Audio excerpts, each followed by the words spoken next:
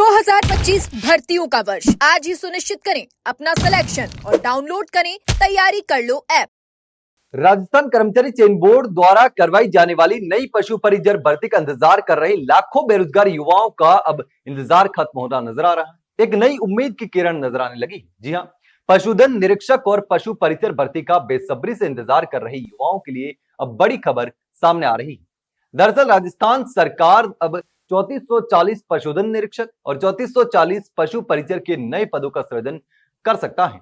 अगर ऐसा होता है तो हजारों बेरोजगार युवाओं को इसका फायदा मिलेगा, खासकर पिछली भर्ती में नॉर्मलाइजेशन की वजह से बाहर हुए अभ्यर्थियों को भी। दरअसल राज्य सरकार हर ग्राम पंचायत में पशु स्वास्थ्य उपकेंद्र स्थापित करना चाहती है और ऐसे में नई ग्राम पंचायतें जो गठित हुई हैं, वैसे वैसे पशु स्वास्थ्य सेवाओं की मांग भी बढ़ी है और इसी कारण अब 3440 जो नई ग्राम पंचायतें बनी हैं, इन नई ग्राम पंचायतों में एक एक उपकेंद्र खोलने का लक्ष्य निर्धारित किया गया है और इन उपकेंद्रों को सुचारू रूप से चलाने के लिए बड़ी संख्या में कर्मचारियों की आवश्यकता रहने वाली है।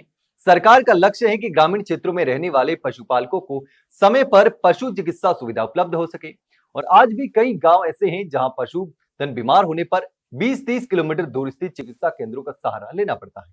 ऐसे में जब हर ग्राम पंचायत में अपना स्वास्थ्य उपकेंद्र होगा तो पशुपालकों को घर के पास ही इलाज की सुविधा मिल जाएगी और इसी उद्देश्य को पूरा करने के लिए नए पद जो हैं वो बहुत जरूरी होने वाले हैं और यही कारण है कि पदों के सृजन की पूरी प्रक्रिया अब तेजी से आगे बढ़ सकती है। हाल ही में एक नोटिफिकेशन भी सामने आया था, एक लेटर भी सामने आया था जिसमें विभाग ने प्रदेश भर से पशु परिचर के खाली पदों का विवरण भी मांगा था। ये कदम इस बात का संकेत देता है कि विभाग मौजूदा रिक्तियों को भी अपडेट कर रहा है और नई भर्तियों का रोडमैप भी तैयार कर रहा है। ऐसे में अब ये संभावना काफी मजबूत हो रही है कि 2026 में नई पशु परिचर भर्ती देखने को मिल सकती है। अब सबसे बड़ा सवाल यह है कि नई भर्तियां किन अभ्यर्थियों के लिए सबसे अधिक फायदेमंद होने वाली है।